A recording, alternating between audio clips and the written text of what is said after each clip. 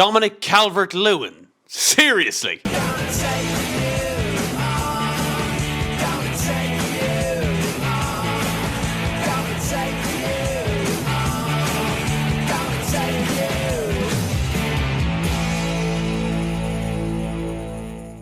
Hello guys, how are you getting on? My name's Aaron Kelly.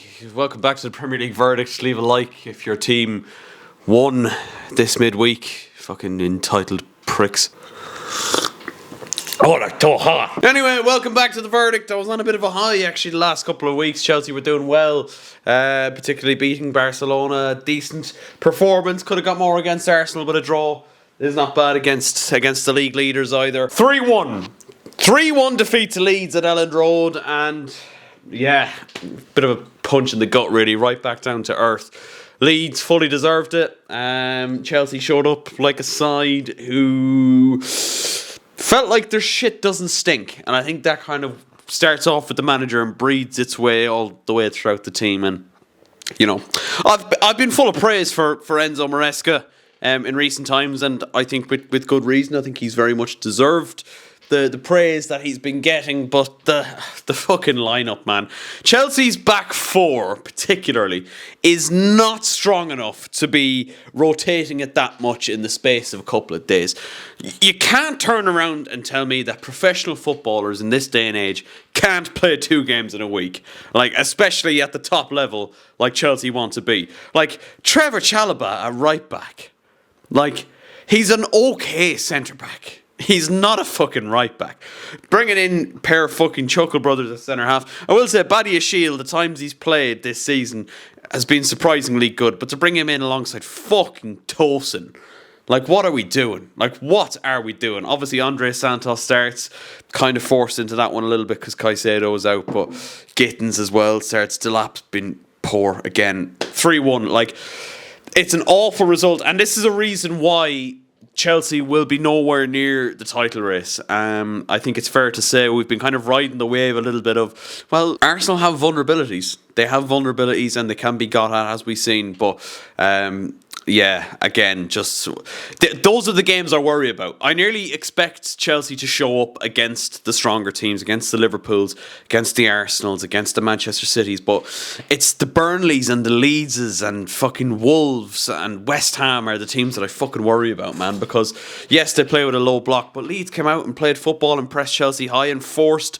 Chelsea into mistakes, and we let Dominic Calvert-Lewin score a goal in the big year of 2025. I mean, that is enough to warrant a defeat in my book anyway. But 3-1 defeat sees Chelsea drop down to 4th in the Premier League table. And yeah, just an awful, awful night to be a Chelsea fan. Obviously Villa were victorious, so they move up to 3rd. And do you know what? It's one of those seasons where a team like Villa once again might see themselves kind of scrape into that top 4 place come the end of the season and get kind of automatic qualification for the Champions League group stage. But Chelsea, awful performance, awful result, and a real kick in the hole to get back down to earth. We'll run through the rest of the results because why not? Might make me feel a little bit better about the shite that we witnessed the other evening. But Man City 5, Fulham 4. What a game at Craven Cottage. I mean, Man City look incredibly frail defensively, I think it's fair to say. And that's why I'm not entirely convinced by them either, which is what worries me, which is why I believe Arsenal still are heavy favourites to go on and win this league title at a canter this season. But look, Man City did get the win anyway, 5-4 win. They were actually 5-1 or 5-2 up at one stage, and Fulham pegged them back to 5-4. Incredible scenes. Unbelievable of a Tuesday night. Like, seriously, lads, let's relax here. Everton back to 1 away. 1-0 win for them over Bournemouth. A really good away win there for David Moyes after a poor result against Newcastle at the weekend. Speaking of Newcastle, they drew 2-2 with Spurs at home, and it was drama in that game right until the very finish, it's fair to say. And Spurs looked like they were heading for yet another defeat under Thomas Frank this season, but they pegged it back and got what is not a bad draw away at Newcastle, but Spurs fans will be wanting a lot more in the coming weeks. Another cracker, which, like I mentioned, got Villa up to third in the Premier Premier League after Chelsea's wonderful result against Leeds. A 4-3 win for Villa at the Amex against Brighton. And like I say, it could be one of those seasons now where once again the quote-unquote top teams, the big six, aren't necessarily performing to the levels that you expect them to, and Villa could very easily get themselves into a Champions League spot there, an automatic Champions League spot. Defeats once again for Burnley and for Wolves, who, particularly Wolves, look absolutely doomed, like I said in the last episode, but Burnley really slipping into that as well. Palace with the 1-0 win at Turf Moor, and Nottingham Forest beating Wolves by 1-0 at Molineux. Once again, Wolves are dead and buried and will be playing in the Championship next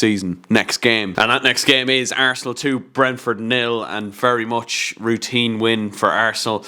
Very much, they were under the cosh at times for a lot of the game at Stamford Bridge at the weekend, up until, the Moises Caicedo red card. But very much looking more like the Arsenal of old and of this season in general. And yeah, look back to their best 2-0 victory. Comfortable for Mikel Arteta's side. And it's Man City now really are the side that if anyone is going to catch them, it's going to be them. But even at that, I believe it's unlikely at this point. But look, listen, there's still a lot of football to be played. And you never know in this league. But for me, Arsenal are the only side that look like they have the credentials of champions, and I really don't foresee that changing. Comfortable win for them. Last two games of this midweek, a kind of roundup, I suppose. Liverpool with a 1-1 draw against Sunderland at Anfield, and they actually fell behind thanks to Talby, and then it was an own goal by Mukiele. I think there was a bit of thoughts that I was going to be given to Florian Wirtz for what would have been, I think, his first Premier League goal, but unfortunately for him, it's gone down as Mukiele's goal. Might as well have been Wirtz, but unfortunately for him, it won't go down as a Florian Wirtz goal. It is an own goal. And then obviously the game tonight, Manchester United conceding a late equaliser to West Ham. Magassa, after I think it was Dalot, gave Man United the lead. And it's it's funny, Liverpool and Man United, as poor as they've been, they're still only 2 points off the top four. And that's like, this is what I'm saying when it comes down to who will finish in the top four, top five, whoever is going to finish kind of in the Champions League spots this season. There's a huge opportunity for teams there because the likes of Liverpool, Man United are really, really struggling, and yet they're still only 2 points off. So I don't think it's too far off for anyone in this league to suggest they could finish in a high European spot, if it's Champions League or Europa League. I think it's very much up for grabs this season because everyone, like I've said already, I think everyone apart from Arsenal is remarkably flaky, and it's up for grabs. Like, even I've been singing Chelsea's praises. They've gone on a good run up until the other night against Leeds, and even still, only 2 points separates them from Liverpool and Man United, who have had horrific stinkers in the last couple of weeks. It's I can't even tell you it's a good league either because of that. I guess it's competitive at the very least, and I mean at the very, very least. What's great is, though, we haven't got long to wait for another round of fixtures, of course. A couple of tasty games coming up this weekend. Arsenal against Aston Villa. That's at Villa Park. It's the early game on Saturday. Looking forward to that. Man City against Sunderland should be an entertaining game as well. Two very open teams, and two teams that, credit to Sunderland, they're going to go to the Etihad and they are going to try and win, I do believe. Chelsea travel to Bournemouth, which hasn't always been the best stomping ground for us, but after that horrific performance and result against Leeds, I think it's fair to say Chelsea need to bounce back. Man United should have an easy 3 points. They're away to Wolves. Liverpool travel to Elland Road to face Leeds. Tottenham host Brentford, won't be an easy one either. So let me know your predictions down in the comment section down below. Leave a like on this video if you did enjoy, and if you'd like to see kind of a separate predictions video every weekend, let me know by slapping a like on this video. It's been a little bit all over the place, but I've had a bit of a hectic day. So anyway, thank you all so much for watching, and enjoy the footy over the weekend. Take care and peace.